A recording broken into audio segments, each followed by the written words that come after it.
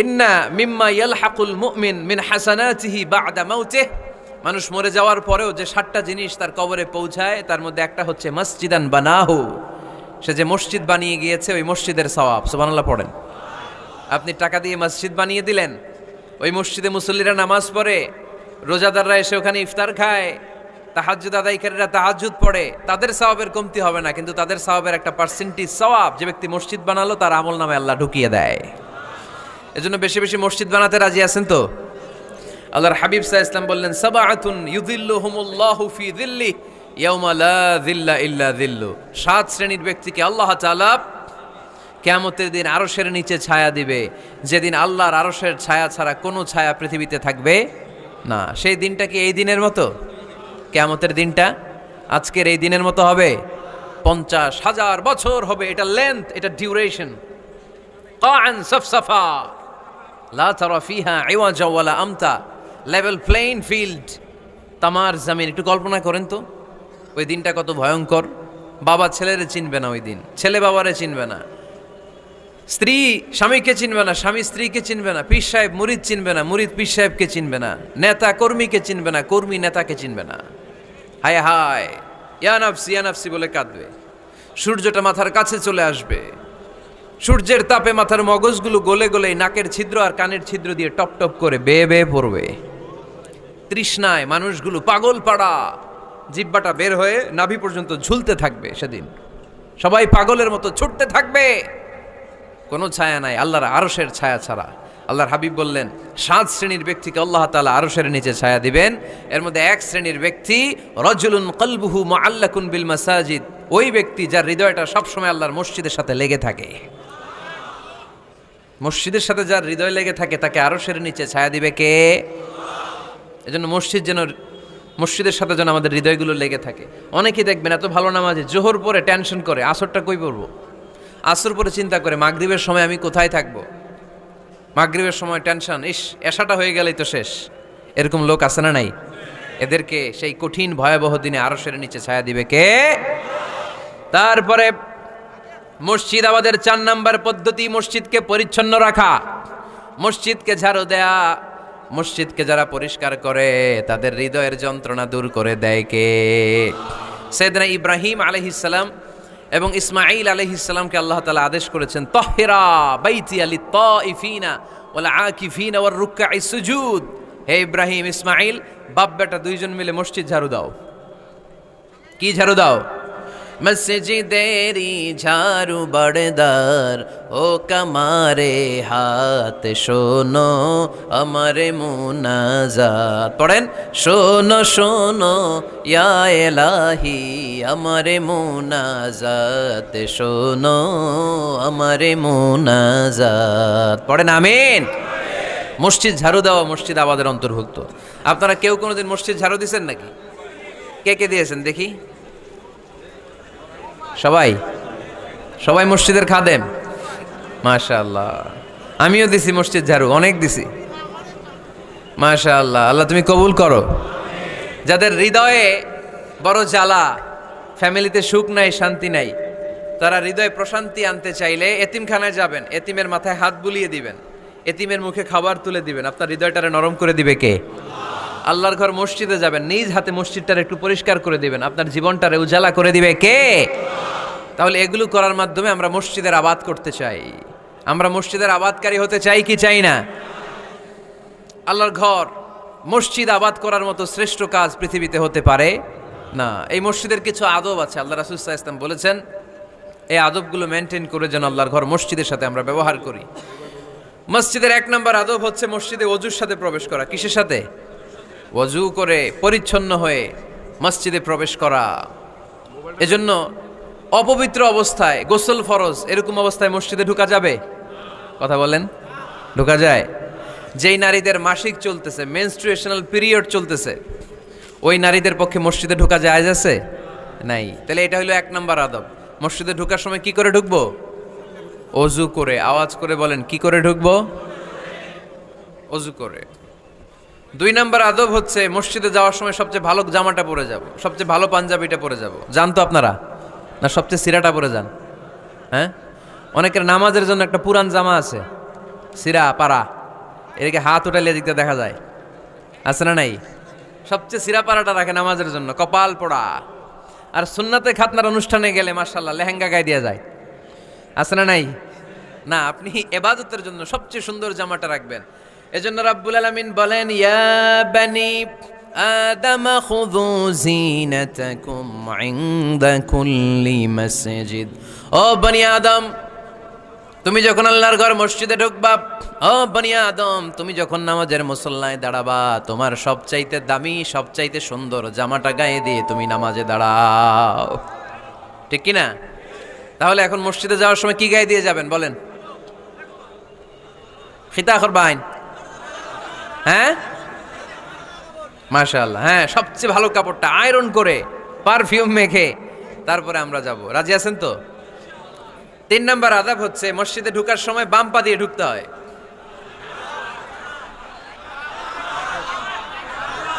কোন পা? আরো জোরে। এদেরকে গুতা মারা লাগে, নাইলে আওয়াজ বাড়ে না, এরকম ভলিউম টাইট করতে হয়। ভলিউম হাই করলে আর পরে বাড়ে, এমনি বলতে চায় না। আর ঘটনা কি? হ্যাঁ, খায় নাই। বদরের যুদ্ধ হয়েছিল রমাদানে, কোনো সাহাবী খায় নাই, না খাইয়া একেবারে সাইজ করে দিছে কাফেরদেরকে। আমরা না খেলেও আমাদের হৃদয়ে ইমানি শক্তি আছে না নাই? এই তো বোঝা যাচ্ছে ইমানি শক্তি আছে। এতক্ষণ আছিল কই? তো মসজিদে ঢুকার সময় কোন পা দিয়ে? এগুলো মনে থাকে আমাদের? ভুলা যাই আমরা, খেয়াল থাকে না তো এগুলা। এত কিছু মনের মধ্যে রাখলে এগুলো মনে থাকবে কেমনে? মসজিদে ঢুকার সময় কোন পা? আরো জোরে। বেরোয়ার সময় কোন পা? মনে থাকবে। মসজিদে যখন ঢুকবেন ডান পা দিয়ে ঢুকবেন, আর দোয়া পড়বেন, আউযু বিল্লাহিল আযীম ওয়া বিওয়াজহিল কারীম ওয়া সুলতানিহিল কদীম মিনাশ শাইতানির রাজীম। বিষ্ণু ইসা ইসলাম বললেন, যে ব্যক্তি মসজিদে ঢোকার সময় এই দোয়াটা পড়বে, শয়তান আফসোস শুরু করে, সে বলে, হায় হায়, আজকের দিনের জন্য, সারা দিনের জন্য তো তুই আমার ওয়াসওয়াসা থেকে বেঁচে গেলি, আজকের সারা দিনের জন্য তোরে আমি হারালাম, আজকের সারাটা দিন আল্লাহর পক্ষ থেকে প্রোটেকশন নিয়ে তুই বেঁচে গেলি, আজকের জন্য যা, কালকে তোরে আমি ধরবো। এজন্য এই দোয়াটা পড়ার দরকার আছে না? আউযু বিল্লাহিল আযীম ওয়া বিওয়াজহিল কারীম ওয়া সুলতানিহিল কদীম মিনাশ শাইতানির রাজীম। 4টা বাক্যের দোয়া। মুখস্থ করতে কষ্ট হলে যে ইউটিউবে চলে যাবে আজকেই, ওখান থেকে শুনে আপনারা মুখস্থ করে নেবেন, এই দোয়াটা পড়বেন, তাহলে ওই দিনের জন্য শয়তানের ওয়াসওয়াসা, টেম্পটেশন, প্রভোকেশন থেকে আপনি আল্লাহ তাআলার প্রোটেকশনে চলে গেলেন। সুবহানাল্লাহ পড়েন। তারপর আল্লাহর হাবিব বললেন, ঢোকার আগে আমারে সালাম দাও। পড়বেন, আসসালামু আলাইকা আইয়ুহান নাবিয়্যু ওয়া রাহমাতুল্লাহি ওয়া বারাকাত। এই 2টা জিনিস যখন করে ফেললেন, তখন ডান পা দিয়ে পড়বেন, আল্লাহুম্মা আফতাহ লি আবওয়াবা রাহমাতিক। সুবহানাল্লাহ পড়েন। আল্লাহুম্মা আফতাহ লি, ও আল্লাহ আমার জন্য তুমি খুলে দাও, আবওয়াবা রাহমাতিক, তোমার রহমতের দরজা। তার মানে মসজিদে ঢুকলে রহমত পাওয়া যায় কি যায় না? মসজিদে ঢুকলে পাওয়া যায় রহমত, মসজিদের বাইরে রহমতের কথা আল্লাহ বলে নাই। মসজিদের ভিতরে রহমত। কোথায় রহমত? কোথায়? মসজিদের ভিতরে রহমত আছে না? তার প্রমাণ, মসজিদে ঢুকলেই শান্তি লাগে কেমন জানি, আর ঘুমে ধরে। মসজিদে ঘুমাইছেন কারা কারা দেখি? সবাই ঘুমাইছেন? আরে আমি কত ঘুমাইছি। জুমার নামাজের সময় যে কি ঘুম আসে, আসে আসে, কমন পড়ছে, একেবারে কমন পড়ে গেছে, ঘুম আসে। কারণ রহমত, রহমতের ঝিরি ঝিরি বাড়ি ধারা আল্লাহ তাআলা আরশের উপর থেকে নাজিল করতে থাকেন, আর এই রহমতের কারণে হৃদয়টা প্রশান্ত হয়ে যায়, অনেকের ঘুমও চলে আসে, ঠিক কি না? এজন্য আল্লাহুম্মা আফতাহ লি আবওয়াবা রাহমাতিক, ও আল্লাহ তোমার রহমতের দরজাগুলো আমার জন্য খুলে দাও। এই দোয়া পড়লে রহমতের দরজা খুলে দেয় কে? আবার মসজিদ থেকে যখন বের হবেন তখন কোন পা দিয়ে? জোরে বলেন। বাম পা দিয়ে কি পড়বেন? আল্লাহুম্মা ইন্নী আসআলুকা মিন ফাদলিক, ও আল্লাহ তোমার কাছে আমি তোমার পক্ষ থেকে ফদল চাই, মানে রিজিক চাই, রিজিক দেওয়ার মালিককে। তার মানে খুব সোজা সাপটা কথা হচ্ছে, মসজিদের ভিতরে পাওয়া যায় রহমত, আর বাইরে পাওয়া যায় ফদল বা রিজিক। বাইরে পাওয়া যায় কি? রিজিক। মসজিদের ভিতরে রিজিক আছে, তার মানে সারাদিন মসজিদে বসে থাকলে রিজিক মিলবে। নামাজের সময় নামাজ পড়তে হবে, কাজের সময় কাজ করতে হবে, এটাই হচ্ছে ইসলামের বিধান। নামাজের সময় নামাজ, কাজের সময়, আমি প্রশ্ন করবো আওয়াজ করে উত্তর দেন, নামাজের সময়, কাজের সময়, নামাজের সময়, কাজের সময়, এটা মনে থাকবে। এজন্য আল্লাহ বললেন ফাইদা কুদিয়াতিস সালাতু ফান্তাশিরু ফিল আরদি ওয়াবতাগু মিন ফাদলিল্লাহ। যখন তোমাদের সালাত শেষ হয়ে যায়, আল্লাহর রিজিক অন্বেষণের জন্য আল্লাহর জমিনে তোমরা ছড়িয়ে যাও। নামাজের সময় আসবেন, নামাজ শেষ বের হয়ে যান। ফান্তাশিরু ফিল আরদ, জমিনে ছড়িয়ে পড়ো। নামাজ শেষ চেয়ারম্যান সাহেব চলে যাবে ইউনিয়ন পরিষদের ভেতরে, ছাত্ররা চলে যাবে হাই স্কুলে, মেম্বার অফ দ্য পার্লামেন্ট চলে যাবে সংসদে, সেনাবাহিনীর লোকেরা চলে যাবে ক্যান্টনমেন্টে, ব্যবসায়ীরা চলে যাবে তাদের বাজারে, সিএনজি ওয়ালারা সিএনজি নিয়ে ব্যবসা শুরু করবে, রাস্তায় নেমে যাবে, চিল্লায় বলেন ঠিক কিনা? এটাই ইসলামের বিধান। নামাজের সময় নামাজ, কাজের সময়। আচ্ছা, তাহলে প্রথম সুন্নাত পেলাম, পবিত্র হয়ে ঢুকবো, ভালো জামা পরে ঢুকবো 2 নাম্বার। 3 নাম্বার, ঢুকার সময় কোন পা, বের হওয়ার সময়। 4 নাম্বার, মসজিদে ঢুকে 2 রাকাত। মসজিদে ঢুকে কয় রাকাত পড়েন আপনারা? তাহিয়াতুল মসজিদ, মসজিদকে আপনি ওয়েলকাম জানাবেন, ঢুকেই 2 রাকাত পড়বেন, ওযু করলেই 2 রাকাত। আল্লাহর হাবিব সাল্লাল্লাহু আলাইহি ওয়াসাল্লাম মসজিদে নববীতে জুমার খুতবা দিচ্ছেন। খুতবা চলাকালীন সময়ে এক সাহাবী এসে মসজিদের মধ্যে বসে পড়লেন। আল্লাহর হাবিব সাল্লাল্লাহু আলাইহি ওয়াসাল্লাম সাহাবীরে বললেন দাঁড়াও। সাহাবী দাঁড়ালেন। আল্লাহর নবী জিজ্ঞেস করলেন কেন বসে বললা, 2 রাকাত পড়ছো নাকি? সাহাবী বলে পড়ি নাই। বিশ্বনবী বললেন তাহলে তাড়াতাড়ি 2 রাকাত নামাজ পড়ে বসে যাও। সুবহানাল্লাহ পড়েন। 2 রাকাত পড়ো নাই তো পড়ো, দাঁড়াও, তারপরে বসো। দেখেন খুতবা চলাকালীন সময়ে আমাদের খতিবরা কখনো খুতবা থামায়? কথা বুঝেন নাই? জুমার খুতবা আপনারা শুনেন না? খুতবা চলতেছে, ওই মুহূর্তে ইমাম সাহেবরা কখনো খুতবা থামায়? মাঝখানে কোনো ঝামেলা হইলে থামায় না। প্রথম খুতবা শেষ, বসে, তারপরে দ্বিতীয় খুতবা। খুতবার মাঝখানে কোনো থামাথামি নাই। কিন্তু আল্লাহর হাবিব সাল্লাল্লাহু আলাইহি সাল্লাম কেমন খতিব ছিলেন দেখেন। আল্লাহর হাবিব সাল্লাল্লাহু আলাইহি সাল্লামের খুতবা দেওয়ার স্টাইল অ্যান্ড অ্যাটিটিউড এবং আমাদের খুতবা দেওয়ার স্টাইল অ্যান্ড অ্যাটিটিউড, আল্লাহ রাসূল সাল্লাল্লাহু আলাইহি সাল্লামেরটা কত প্রাণবন্ত ছিল। আল্লাহ রাসূল সাল্লাল্লাহু আলাইহি সাল্লাম সোসাইটি ওরিয়েন্টেড একজন পার্সোনালিটি ছিলেন, সমাজের মানুষ কেন্দ্রিক, খুব সামাজিক ছিলেন আল্লাহ রাসূল সাল্লাল্লাহু আলাইহি সাল্লাম। তিনি দেখলেন একজন বসে পড়ছে, উনি খুতবা থামায় দিলেন। জুমার খুতবা থামায় বললেন এই নামাজ পড়ছো না, পড়ো 2 রাকাত পড়ো। আবার খুতবা শুরু করলেন। সুবহানাল্লাহ পড়বেন না? একবার তিনি খুতবা দিচ্ছেন, দেখলেন আল্লাহ রাসূল সাল্লাল্লাহু আলাইহি ওয়াসাল্লামের 2 জন নাতি হাসান আর হুসাইন রাদিয়াল্লাহু তাআলা আনহুমা, ছোট্ট মানুষ, কাতারের ভিতরে ঢুকে কোনো সাহাবী টুপি টান দেয়, কারো পাগড়ি ধরে টান দেয়, একজন এদিকে দৌড় দেয়, আরেকজন ওদিকে দৌড় দেয়। মসজিদে একটা ডিস্টার্ব হচ্ছে। আল্লাহর হাবিব সাল্লাল্লাহু আলাইহি ওয়াসাল্লাম খুতবা থামিয়ে দিলেন, মিম্বার থেকে নেমে আসলেন, 2 নাতিকে 2 হাতে ধরলেন, ধরে আস্তে করে জান্নাতের এই 2 সর্দারকে নিয়ে মিম্বারের উপরে দাঁড়ালেন। এই হাতে এই নাতি, ওই হাতে আরেক নাতি। এরপর দাঁড়িয়ে দাঁড়িয়ে তিনি বাকি খুতবা দিলেন। পড়েন সুবহানাল্লাহ। কত প্রাণবন্ত খুতবা। উনিও খুতবা দিতেন, আমরাও খুতবা দেই। আল্লাহর হাবিব সাল্লাল্লাহু আলাইহি ওয়াসাল্লাম খুতবা দিচ্ছেন, এক সাহাবী এসে বলল ইয়া রাসূলুল্লাহ, মদিনায় দুর্ভিক্ষ, বৃষ্টি নাই, আপনি বৃষ্টির দোয়া করেন। রাসূল সাল্লাল্লাহু আলাইহি ওয়াসাল্লাম খুতবা থামায় দিলেন, থামাই দিয়ে দোয়া শুরু করলেন। আল্লাহুম্মা আসকিনা গাইসান মুগীসান মারিআন মুরিআন নাফিআন গায়রা দার আজিলান গায়রা আজল। আল্লাহ উপকারে বৃষ্টি দেন, যে বৃষ্টিতে আমাদের ফসল জন্মাবে, সবুজ ঘাস লতা পাতা জন্মাবে, আমাদের গবাদি পশুর রিজিক বাড়বে, এরকম উপকারে বৃষ্টি আমাদেরকে দিয়ে মদিনাটারে ধন্য করে দেন। বৃষ্টি শুরু হলো। জুমাবার বৃষ্টি, শনি রবি সোম মঙ্গল বুধ বৃহস্পতি শুক্র, টানা 7 দিন বৃষ্টি। এবার বৃষ্টির চোটে মদিনায় বন্যা হয়ে গেছে। এতদিনে দুর্ভিক্ষ, এতদিনে কি? এখন বৃষ্টির বরকতের দোয়া করছে, বৃষ্টিতে এবার বন্যা। যেই সাহাবী বৃষ্টির জন্য দোয়া করতে বলেছিলেন, পরের জুমাবারের খুতবার সময় এসে ওই সাহাবী বলেন ইয়া রাসূলুল্লাহ, আবার খুতবার মাঝখানে ইয়া রাসূলুল্লাহ, আর বৃষ্টির দরকার নাই, আর দরকার নেই, এবার বৃষ্টি বন্ধের দোয়া করেন। আল্লাহর হাবিব সাল্লাল্লাহু আলাইহি ওয়াসাল্লাম খুতবা থামিয়ে আবার বন্ধের দোয়া, আল্লাহুম্মা হাওয়ালাইনা ওয়ালা আলাইনা, হে আল্লাহ আমাদের চারিদিকে দেন, মদিনাতে আর বৃষ্টির দরকার নাই। চিল্লায় পড়েন সুবহানাল্লাহ। এজন্য খতিব হবে এরকম প্রাণবন্ত খতিব। সমাজে কি চলে, কি ক্রাইসিস, কি সংকট, ইয়াংরা কোন সমস্যায় ভোগে, আমাদের রাজনৈতিক অঙ্গনে কি সমস্যা, আমাদের অর্থনৈতিক অঙ্গনে কি সমস্যা, আমাদের সামাজিক অঙ্গনে কি সমস্যা, আমাদের পরিবারগুলোর ভেতরে কি ঝামেলা, প্রত্যেকটা কথা মসজিদের মিম্বার থেকে আসার দরকার আছে না নাই? আল্লাহর হাবিব সাল্লাল্লাহু আলাইহি ওয়াসাল্লাম এভাবেই সমাজকে ঠিক করে দিতেন। 2 রাকাত মসজিদে ঢুকে আজকে থেকে আমরা পড়ব। মসজিদে ঢুকলেই কয় রাকাত মনে থাকবে না ভুলে যাবেন?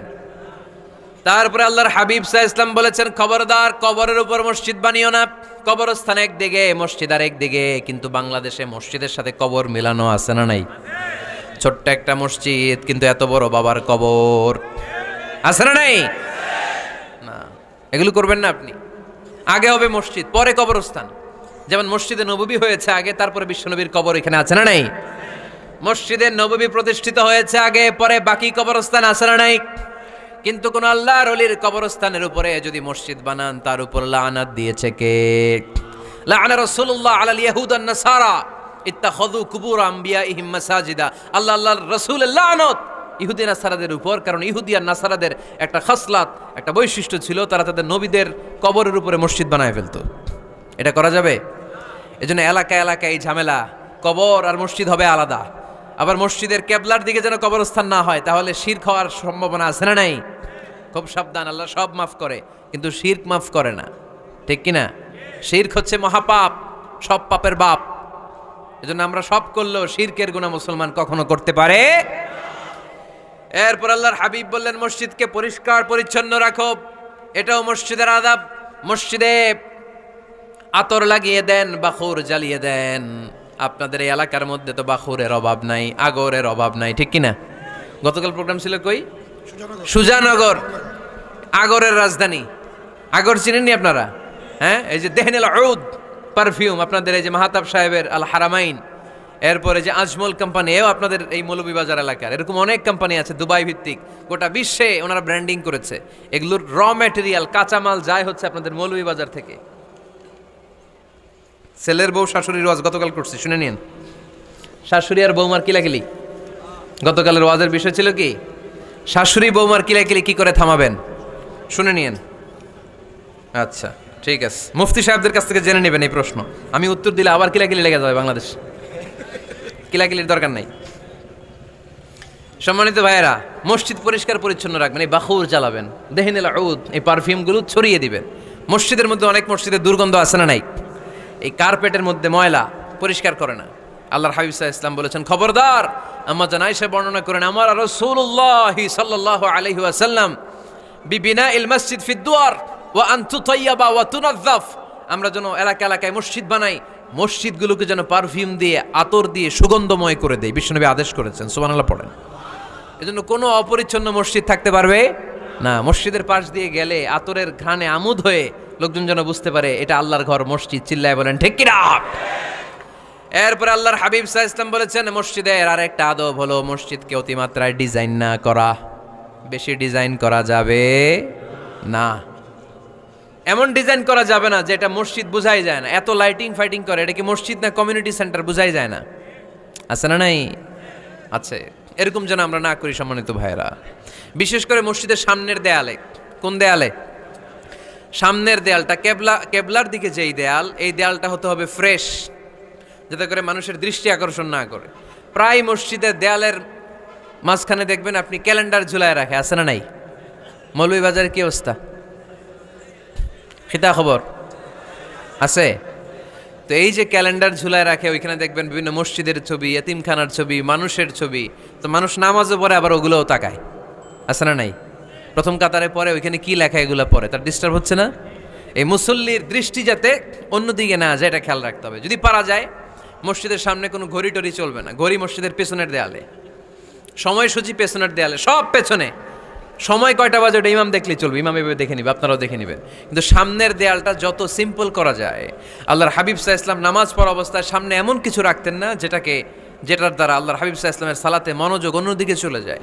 আমরা যখন সালাত পড়ি, যদি অন্যদিকে তাকাই, ফেরেশতার মাধ্যমে আল্লাহ একটা ডাক দেয়, বলে আকবিল, এই বান্দা ফিরে আয়, তোর নজর থাকা দরকার সেজদার জায়গায়, ফিরে আয়। আপনি আবার যখন অন্যদিকে তাকান, আল্লাহ বলে ফিরে আয়, সেজদার দিকে তাকা। আপনি আবার যখন ঘড়ির দিকে তাকান, আল্লাহ বলে আকবিল, ফিরে আয়, সেজদার দিকে তাকা। আপনি যখন আবার অন্যদিকে তাকান, তখন আল্লাহ বলে লা হাজাতা লি ইলা সালাতিক, তোর এই নামাজের দরকার আমার নাই। নাউজুবিল্লাহ পড়বেন না? তোর এই নামাজের দরকার আমার নাই। অজু করে কষ্ট করে যাকে খুশি করার জন্য আপনি সালাতে দাঁড়ালেন, উনি যদি বলে এই নামাজের দরকার নাই, তা কার জন্য নামাজ পড়লেন আপনি? কথা কি বুঝতে পেরেছেন? এই জন্য এলাকার গণ্যমান্য ব্যক্তিবর্গ আছে, আমাদের চেয়ারম্যান সাহেব আছে, আরও অন্যান্য বিজনেস ম্যাগনেটরা আছে। আপনারা মসজিদ যখন নির্মাণ করবেন, সামনের দেয়ালটা যত সাদামাটা হতে পারে ততই ভালো। এমনকি জায়নামাজের মধ্যে এখন কাবা ঘরের ছবি আছে না নাই? আছে না? কি মুসলমান আমরা, নিজের কাবারে নিজে লাথি মারি নামাজের আগে। মনের অজান্তে নিজের কাবাকে নিজে লাথি মারছি, এরকম জায়নামাজ ব্যবহার করা নিষেধ। চিল্লায় বলেন ঠিক কিনা? সাদা ফ্রেশ জায়নামাজ বাজারজাত করেন, আপনাদের সিদ্ধান্তই ওনাদের ব্যবসা বয়কট হয়ে যাবে। আপনারা যদি এখন থেকে মসজিদের মিনারা আর কাবা ঘরের যে প্রতিকৃতি বা ছবি, এরকম ছবি সম্বলিত জায়নামাজ কিনা বন্ধ করে দেন, এদের মার্কেট থাকবে? কথা বলেন। কালকে থেকে আমরা জায়নামাজ কেনার সময় ফ্রেশ জায়নামাজ কিনবো। কোনো মসজিদ, কোনো মিনার, আমাদের কাবা ঘরের ছবি সম্বলিত কোনো জায়নামাজ কিনা যাবে? আওয়াজ করে বলেন যাবে? যাবে না। এগুলো হচ্ছে মসজিদের আদাব, এগুলো রক্ষা করে মসজিদে ঢোকার দরকার আছে না নাই? তাহলে মসজিদ সবার, মসজিদ আল্লাহর হাবিব সাল্লাল্লাহু আলাইহি ওয়াসাল্লাম খ্রিস্টানদেরকে মসজিদে ঢুকতে দিয়েছেন, আর আমরা মুসলমান ভাইয়ের জন্য মসজিদে তালা ঝুলাইয়ে দেই, আছে না নাই? আল্লাহর হাবিব সাল্লাল্লাহু আলাইহি ওয়াসাল্লাম কোথাও গেলেই প্রথমে মসজিদ বানাতেন। কি বানাতেন? মসজিদ বানাতেন। মক্কা থেকে হিজরত করে মদিনায় আসলেন, কোবায় থাকলেন কয়েক সপ্তাহ। কোবা পল্লীতে তিনি মসজিদ বানালেন, মসজিদ কোবা। ওখানে প্রতি শনিবার কেউ যদি অজু করে ওখানে যে 2 রাকাত নামাজ পড়ে, একটা কবুল উমরার সওয়াব আল্লাহ তাআলা তার আমলনামায় দিয়ে দেয়। মসজিদে কোবা বানালেন। তারপরে মদিনায় এসে মসজিদে নববী বানালেন আল্লাহর হাবিব সাল্লাল্লাহু আলাইহি ওয়াসাল্লাম, মসজিদে নববী। এটা ছিল আল্লাহ রাসূল সাল্লাল্লাহু আলাইহি ওয়াসাল্লামের বৈশিষ্ট্য। কোথাও গেলেই তিনি মসজিদ বানাতেন, মসজিদে নববী। হায় রে, এখন তো কত সুন্দর মসজিদ আমরা দেখি, আমরা যে সালাত পড়ি। আল্লাহর হাবিব সাল্লাল্লাহু আলাইহি সাল্লামের সময় মসজিদে নববী কি এরকম ছিল? কথা বলেন। ফ্লোর ছিল বালুর ফ্লোর। কিসের ফ্লোর? আমাদের মসজিদের ফ্লোর কিসের? টাইলস। আর আল্লাহ রাসূল সাল্লাল্লাহু আলাইহি ওয়াসাল্লামের মসজিদে নববীর ফ্লোর কিসের? কথা বলে না তো আওয়াজ করে উত্তর দেন না কেন? কষ্ট হচ্ছে? দুপুরে খাইছেন না সবাই? কেন খান নাই কেন? রোজা রাখছিলেন?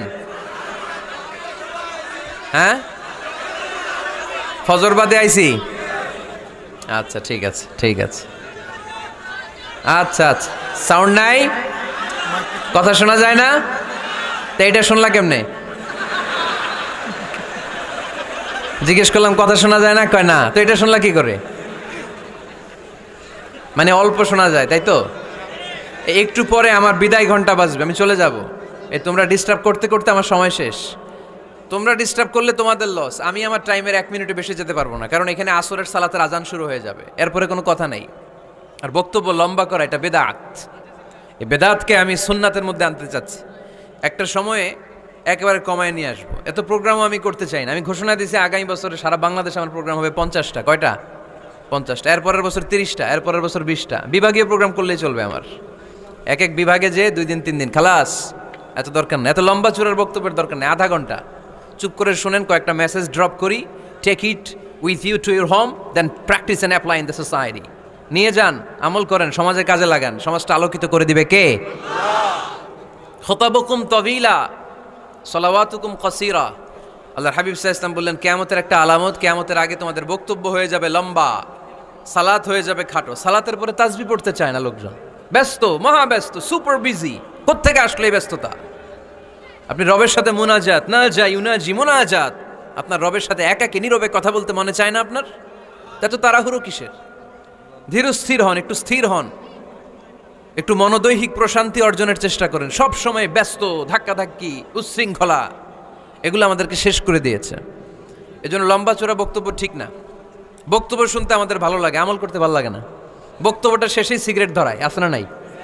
মাহফিল শেষেই বিড়ি ধরায়, কয় চমৎকার ওয়াজ করছে হুজুরে। ওয়াজটা সেরকম হয়েছে, অনেক কণ্ঠ সুন্দর হুজুরের। এতদিন ইউটিউবে দেখছি, আজকে সরাসরি দেখাইছি, আছে না নাই? তো কি লাভ হয়েছে? লাভটা হয়েছে কি? এই যে মাহফিল শেষে বিড়িটা ধরাইলেন আর গেলেন, কোনো লাভ হয় নাই। এগুলো থেকে বেরিয়ে আসতে হবে। বছরের পর বছর আমাদেরকে শেখানো হয়েছে একভাবে, কেউ এই পরিবর্তনের আওয়াজ তোলে নাই। আওয়াজ আপনাকে তুলতে হবে। আওয়াজ তোলার জন্য এত মানুষ লাগে না, আপনি একাই যথেষ্ট। আপনি দাঁড়ান না সামনে, দেখবেন আপনার সামনে কেউ টিকে থাকতে পারবে না, ঠিক কিনা? কিন্তু আপনার শক্ত সিদ্ধান্ত লাগবে, পরিবর্তনের জন্য শক্ত মানসিকতা লাগবে, যে আমি পরিবর্তন করতে চাই। We have to change. যুগ জামানা পাল্টে দিতে চাই না অনেকজন। এক মানুষই আনতে পারে জাতির জাগরণ। এক মানুষই বিপদকালে বাঁচায় কাফেলায়, ক্ষুদ্র ডিঙ্গি বাঁচায় জাহাজ অসীম দরিয়ায়। এজন্য আপনার শক্ত সিদ্ধান্ত পারে আপনার মৌলভীবাজারটাকে দেশের শ্রেষ্ঠ জেলা, শ্রেষ্ঠ থানা হিসেবে আল্লাহর কাছে কবুল করতে, ঠিক কি না? এই জন্য লম্বা চূড়া আলোচনা ঠিক না। ছোটখাটো অল্প কয়েকটা মেসেজ নিয়ে যেতে পারলেই that's enough. One of the minor signs before the day of judgment, your Islamic lectures will be very longer. And your salah 5 times a day will be shorter. কিয়ামতের আগে বক্তব্য লম্বা, নামাজ খাটো, তাসবিহ পড়ে না, ব্যস্ত, মহাব্যস্ত। এই মহাব্যস্ততা ছাড়েন, কোরআন সুন্নাহর দিকে ফিরে আসেন। বরকত দিবে কে? বিশ্বনবীর মসজিদে নববীর ফ্লোর বালুর ফ্লোর ছিল, আমাদের ফ্লোর টাইলস। আল্লাহর হাবিব সাল্লাল্লাহু আলাইহি ইসলামের মসজিদে বালি নিচে, এই বালিতেই নামাজ পড়তেন। বৃষ্টি হলে কাদামাটি হয়ে যেত, কাদামাটিতেই সেজদা করতেন। সেজদা করলে কাদার মাটি আল্লাহর হাবিব সাল্লাল্লাহু আলাইহি ইসলামের নাকে আর কপালে লেগে যেত। তিনি সালাম ফিরিয়ে সাহাবাদের দিকে মুখ ফিরিয়ে বসলে দেখতেন প্রতিটা সাহাবীর নাকে আর কপালে কাদার মাটি মিশে আছে। তার মানে প্রিয় নবী সাল্লাল্লাহু আলাইহি ইসলামের মসজিদে নববী ছিল কাঁচা, কিন্তু মুসল্লি ছিল পাকা। আমাদের মসজিদগুলো হয়েছে পাকা, কিন্তু মুসল্লি কাঁচা, ঠিক কিনা? ফজরের সালাতে মানুষ নাই। ইমাম সাহেব আছেন কে কে এলাকায়? দেখি ইমাম, মসজিদের ইমাম, মাশাআল্লাহ। আপনাদের এইখানে ওই মসজিদে ফজরের নামাজে কয় কাতার হয়? 5 জন 6 জন? কেনে এত কম? কেনে? হ্যাঁ, আসে না, আসতে চায় না লোকজন। তো এই যে 5-6 জন ফজরের সালাতে, কল্পনা করতে পারেন ফজরের সালাতে এত কম লোক? ফজরের জামাতে লোক যায় না, এটা একটা মহামারী। যেদিন ফজরের জামাতের দৃশ্য আর জুমার নামাজের দৃশ্য একরকম হয়ে যাবে, ওই দিনই বাংলাদেশে ইসলাম কায়েম হয়ে যাবে। এখন স্লোগান তোলে বিপ্লব বিপ্লব, ইসলামী বিপ্লব। আর ফজরের সময় আমি কম্বলের ভিতরে, আছে না নাই? কোনো বিপ্লব হবে না। ফজরের নামাজ জামাতে পড়ুন, সকালটারে বরকতময় করে দিবে কে? আল্লাহর হাবিব সাল্লাল্লাহু আলাইহি ইসলামের মসজিদ ছিল সবার জন্য উন্মুক্ত, এখানে সবাই আসতে পারতো। এজন্য মসজিদ হবে সবার। আমরা মসজিদের আবাদকারী হতে চাই। এজন্য রব্বুল আলামিন বলেন, ইন্নামা ইয়া'মুরু মাসাজিদাল্লাহি মান আমানা বিল্লাহি ওয়াল ইয়াউমিল আখির ওয়া কামাস সালাতা ওয়া আতাজ যাকাতা ওয়া লাম ইয়াখশা ইল্লাল্লাহ فعسى أولئك أن يكونوا من المهتدين। সুবহানাল্লাহ পড়েন। রব্বুল আলামিন বললেন মসজিদের আবাদকারী হবে তারা যারা আল্লাহর প্রতি ঈমান আনে, আখিরাতের প্রতি ঈমান আনে, যারা সালাত কায়েম করে, যারা যাকাত আদায় করে, যারা দুনিয়ার কাউকে ভয় পায় না, ভয় পায় একজনকে। চিল্লায় বলেন তিনি কে? যাদের হৃদয়ে আছে আল্লাহর ভয়, তারা কবু পথ ভুলে যায় না। আল্লাহর প্রেম ছাড়া এই দুনিয়ায় কারো কাছে কোনো কিছু চায় না, ঠিক কিনা? তাহলে যারা মসজিদের আবাদকারী এরা ভয় পায় একজনকে, চিল্লায় বলেন তিনি কে? মসজিদের আবাদকারীদের প্রথম গুণ, তারা আল্লাহ বিশ্বাস করে, তারা আখিরাতে বিশ্বাস করে, তারা সালাত কায়েম করে, তারা যাকাত আদায় করে, তারা আল্লাহ ছাড়া পৃথিবীর কাউরে ভয় পায় না। আল্লাহ বলেন ফাআসা উলাইকা আইয়াকুনু মিনাল মুহতাদিন, আশা করা যায় তারাই হলো হেদায়েতের রাস্তার উপরে আছে, ঠিক কি না? তারাই মসজিদের আবাদকারী, যারা মসজিদে যায়, সালাত আদায় করে। এখন মসজিদের আবাদকারী আপনি হতে চান, আপনি মসজিদে যান না, আপনি আবাদকারী হতে পারবেন? মসজিদের অনেক সভাপতি আছে মসজিদে যায় না, আছে না নাই? মৌলভীবাজারে এই সমস্যা বোধহয় নাই। মসজিদের সেক্রেটারি মসজিদে যায় না, আছে না নাই? তাহলে হইলো, এটা হইলো, এটা মেনে নেওয়া যায়? এজন্য সভাপতি সাহেবরা, আপনি কষ্ট করে মসজিদ বানিয়েছেন, মসজিদে যাবেন। এই কথা বলেন কেন? এত দিকে বিশৃঙ্খলা হইলে কেমন হবে? বসেন আর অল্প কয়েক মিনিট। সভাপতি সাহেব আপনি মসজিদে যাবেন, সেক্রেটারি সাহেব আপনি মসজিদে যাবেন, তাহলে আপনি সঠিক মসজিদের আবাদকারী হবেন, ঠিক কিনা?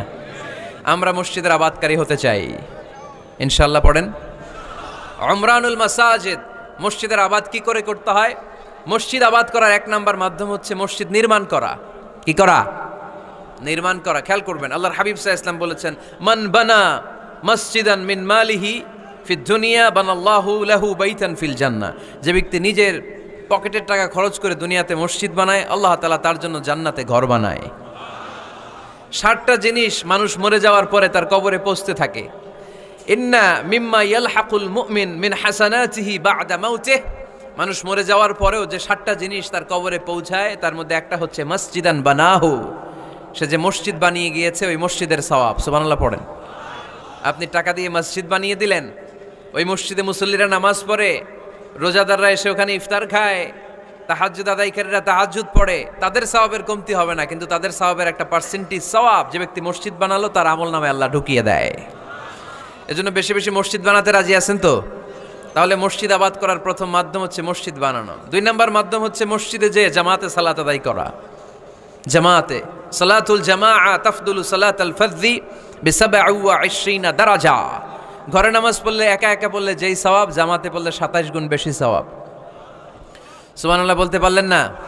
হে নামাজি আমার ঘরে নামাজে পড়ো আজ, দিল মে তোমার চরণ তলে হৃদয় যায় নামাজ।